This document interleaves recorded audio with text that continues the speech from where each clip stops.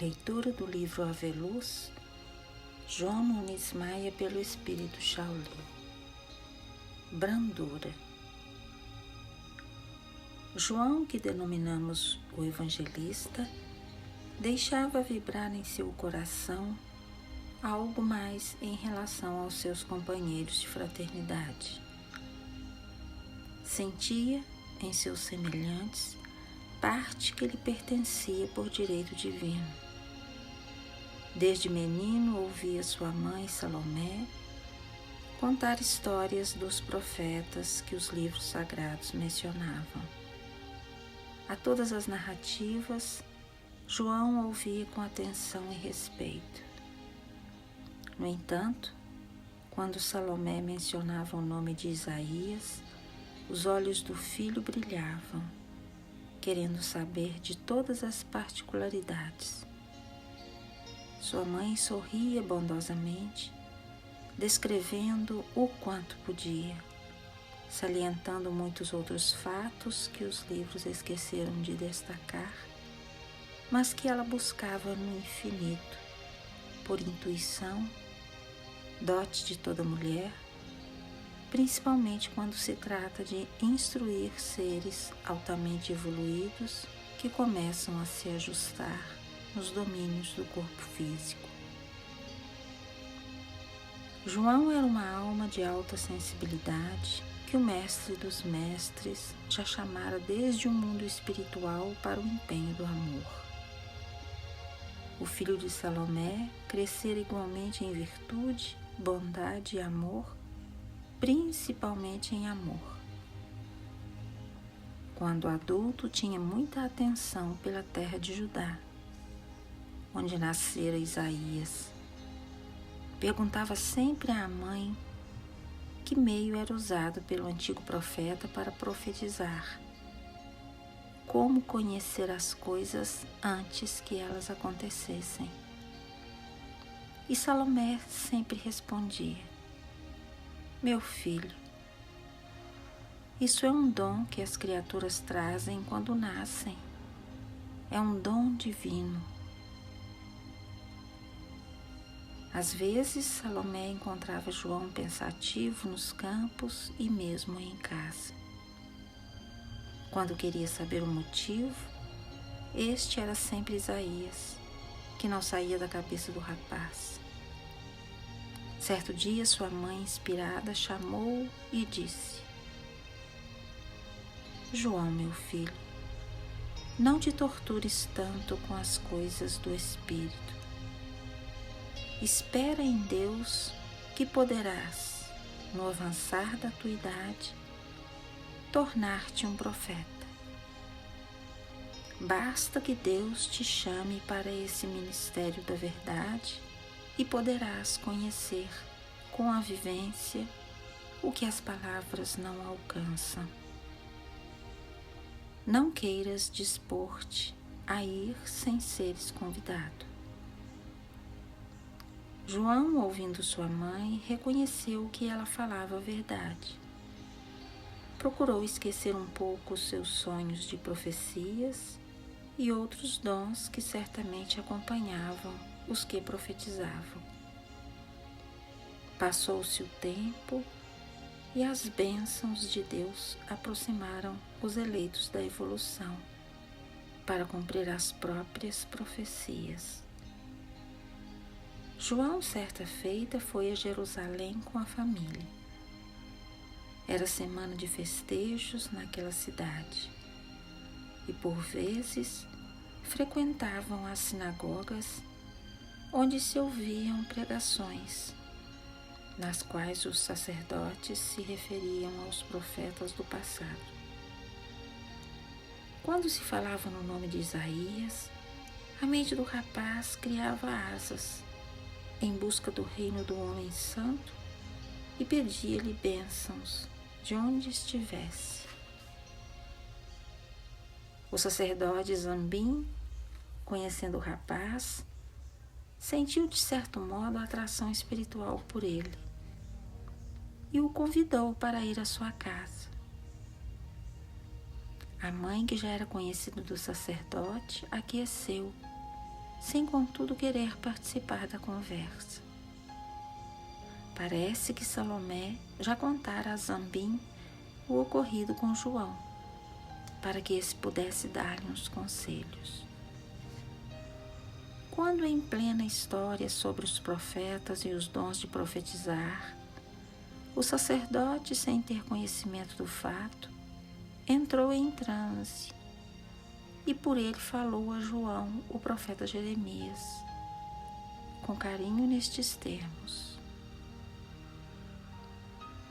Meu filho, aqui quem fala não é mais o sacerdote Zambim.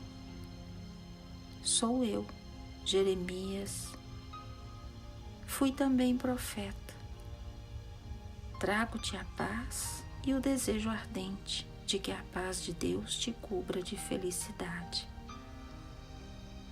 Sei que o teu maior interesse é falar com o profeta Isaías, porém ele não pode te atender. Estou aqui para falar-te e que Deus possa nos ajudar, para que possamos ajudar mais. Firmo-me na certeza de que a Terra, neste momento, está sentindo a luz espiritual banhar suas nações e a humanidade. Queira o Senhor que os homens entendam a mensagem da luz. Venho te falar para que esperes um pouco. Os teus anseios serão ouvidos. A tua ânsia de santidade e de amor será saciada pela luz maior que vai te chamar, como expressão máxima de Deus na terra. Tu serás um dos enviados do Senhor a vários centros do mundo. Passarás inúmeras provações de todos os tipos.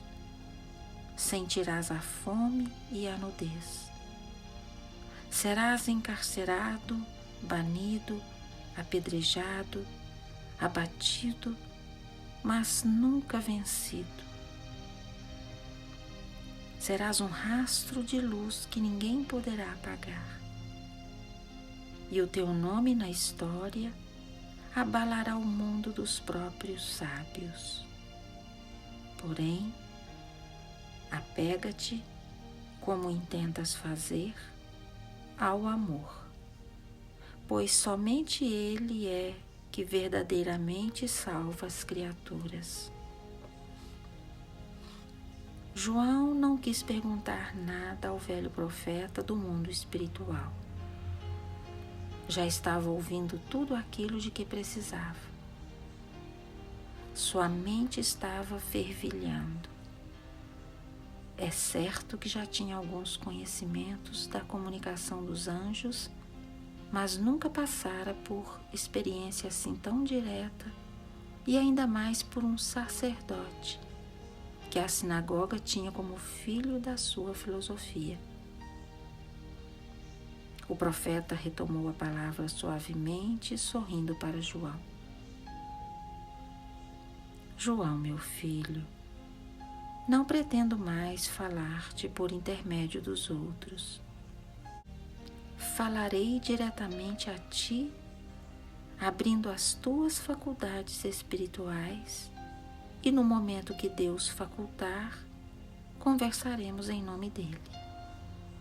Adeus. João avançou e pegou as mãos do sacerdote Zambim, beijou-as várias vezes, como também a seus pés. O profeta, sentindo a sua humildade e o seu amor, voltou dizendo: Meu filho, estou comovido contigo, mas peço-te uma coisa. Não contes nada a ninguém do que estivemos conversando, e muito menos a Zambim, para que não entorne a água toda. Precisamos dela a fim de saciar a sede no deserto da terra. E desapareceu. Zambim acordou e chamou João. João, O que foi? Este, meio desconfiado, desculpou-se. Nada, nada, Senhor. Começamos a fazer uma oração e nós dois dormimos. Graças a Deus, isso é bom, comentou o sacerdote. João Evangelista encontra-se andando sem rumo pelas praias de Betsaida. De repente, encontrou-se com Filipe, e este, saudando-o, convidou-o, dado o adiantado da hora, a irem andando para a igreja dos pescadores. Os dois foram conversando sobre a última reunião de Jesus com eles. Pedro levantou-se com ar tranquilo, pedindo a Deus por aquela noite de aprendizado, estendendo suas preces para a humanidade sofredora. Quando terminou, João aproximou-se mais do mestre, sentou-se no chão, pelo impulso de humildade, e perguntou: Jesus Cristo, eis que espero que confortes o meu entendimento de maneira que agrade tua vontade, pois tu sabes o que é melhor para nós. Queria saber, Senhor, o que significa a brandura e quais os seus benefícios para nós e para os outros, a quem porventura dedicamos as nossas intenções. Sei que temos pedido muito, mas a quem mais pedir? O Nazareno olhou para o discípulo compassivo e comentou: João, a brandura é uma qualidade enobrecida pela sua própria presença. Todas as outras virtudes carecem dela para que sejam altivas. A afabilidade nos parece a veste de todos os dons da vida que de forma divina salientam a presença de Deus nos atos humanos. O agrado no falar e no ouvir é condição de poucos, porque isso é ouro dos céus, tecido nas almas conhecedoras da verdade. Às vezes ensaias bondade em muitos encontros que a vida te oferece, como é muito comum no comércio. O comerciante tem de ser, por natureza, gentil com aqueles que o ajudam a viver, mas sempre usa isso como ferramenta de trabalho, que logo esquece no lazer com amigos ou no seio familiar. Não obstante, é um exercício que o tempo poderá praticar para mais além. O nosso trabalho é mais grandioso nesse terreno. Haveremos de praticar constantemente até sentirmos a educação por amor às criaturas. Vendendo ou comprando, recebendo ou dando, na saúde ou na doença, felizes ou movidos pelas provações, é de justiça para nós e de lei que possamos nos eternizar na delicadeza em todos os momentos do existir. A moderação, meu filho, em todos os sentidos, dar-nos-á, em primeiro lugar, os seus benefícios, pois ela parte de nós e, além disso, ainda ajudará os outros. Já sentiste quando te dispõe a visitar um enfermo, desorientado, duvidoso e ignorante a ponto de blasfemar contra a própria natureza divina? E quando a sua imprudência salienta por fora o que ele é, na verdade, por dentro? Voltarás para casa batido e desanimado, e a vida parecerá escapulir dos teus sentidos. Pois bem, quando porventura encontras um enfermo todo doçura, enternecido pelo esforço que fizeste pela visita, com o rosto anunciando gratidão pelo que tem recebido dos céus, falando e vivendo no amor, sentirás que ao invés de doar ânimo e paz, saúde e fé para a criatura doente, foste tu que recebeste mais. Essa é a força da brandura, que as bênçãos da fraternidade e da benevolência fizeram nascer no coração. Mesmo caído, está erguendo os outros. Mesmo aparentemente vencido, é força para restabelecer os ignorantes. Mesmo que morra, vive na eternidade dos corações, palpitando dia e noite para o bem que ainda precisa acordar a serviço da caridade. João bebia os ensinamentos do Mestre. Pedro, Tiago e André estavam estáticos meditando.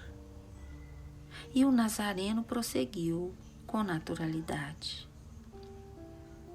A brandura é muito nobre, porque ela não passa dos limites. Logo se apaga quando movida por corações inferiores.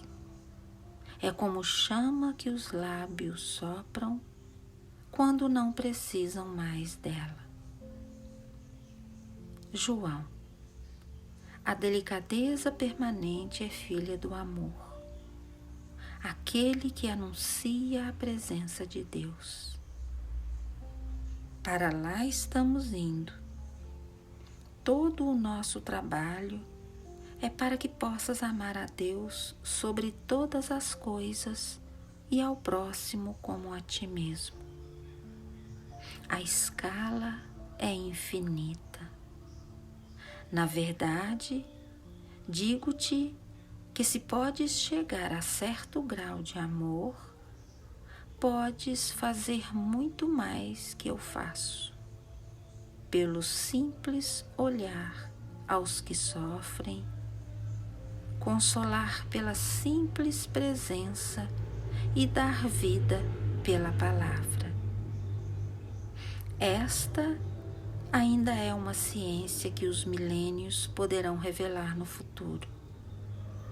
Não existe melhor remédio no mundo do que o elixir do amor.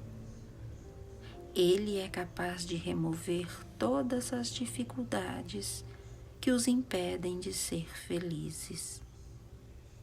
Enquanto não chegares lá, usa pelo menos teus raios, que são a brandura, a paciência, a alegria, a fé, a esperança e a caridade.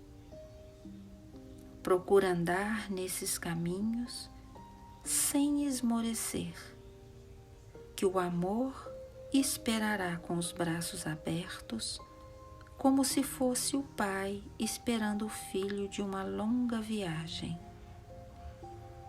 Se já começaste, João, a ser brando com os outros, continua.